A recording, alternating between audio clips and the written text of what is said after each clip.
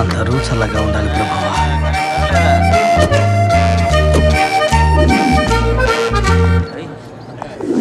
Good morning. Good morning father.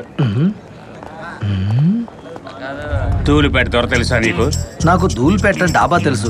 అక్కడ చపాతీ కుర్మా చాలా రుచిగా ఉంటాయని విన్నాను. నకరాలా అన్నా? ధూళిపేట దొర మర్యాదగా మాట్లాడు. నా పేరు దాస్, ఈ కాలేజీ ప్రిన్సిపాల్ ని.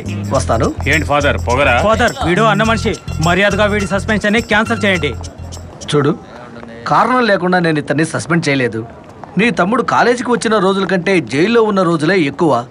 ఇతని వల్ల మా కాలేజీ పేరు మొత్తం చెడిపోయింది. అందుకని మళ్ళా ఇతన్ని చేర్చుకోవడం కుదరదు. క్లుప్తంగా చెప్పాలంటే ఒక బిందె పాలల్లో ఒక బొట్టు విషం లాంటి వాడు వీడు. ఫాదర్ నాతో పరాచకాలొద్దు. ఇలా చూడు, నీది ధూళిపేట కావచ్చు, అంబర్పేటలో అంబర్ ఫిట్టింగ్ గాడు ఒకడున్నాడు. వాడి పేరు అంబరిల్లా.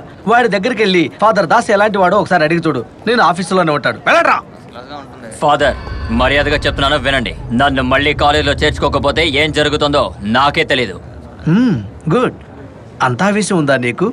నీలాంటి వాళ్ళంటే నాకు ఎంతో ఇష్టం. నేను ఆఫీసులో ఉంటాను, కొంచెం సేపు ఆగి నువ్వు మాత్రమే రా. పోరా, ధైర్యంగా పో, నేనున్నానుగా బయట.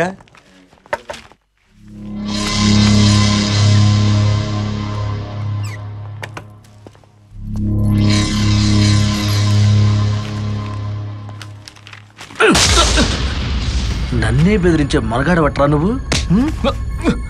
దాస్ అని పేరు పెట్టుకున్నాను కదా, దాసులా పడుంటానని మాత్రం అనుకోకు. ధూళిపేటలోను అంబర్పేటలోను నా గురించి అడిగి చూడు. ఇక్కడికి ప్రిన్సిపల్ గా రాకముందు అక్కడ నాటు సారా కాచేవాడిరా. ఇంకొక నిమిషం ఇక్కడ ఉన్నావో బెలూన్ పగిలిపోద్ది. థామస్, వీడిని ఫుట్బాల్ ఆడుకో. ప్రభు, ఇలా అన్యాయం చేసే వాళ్ళని కొట్టడం తప్ప నాకు వేరే మార్గం కనిపించట్లేదు. చిన్న వయసులోని తప్పు చేసినందుకు ఇతన్ని దండించాను ప్రభు, నన్ను క్షమించు. ఆమేన్.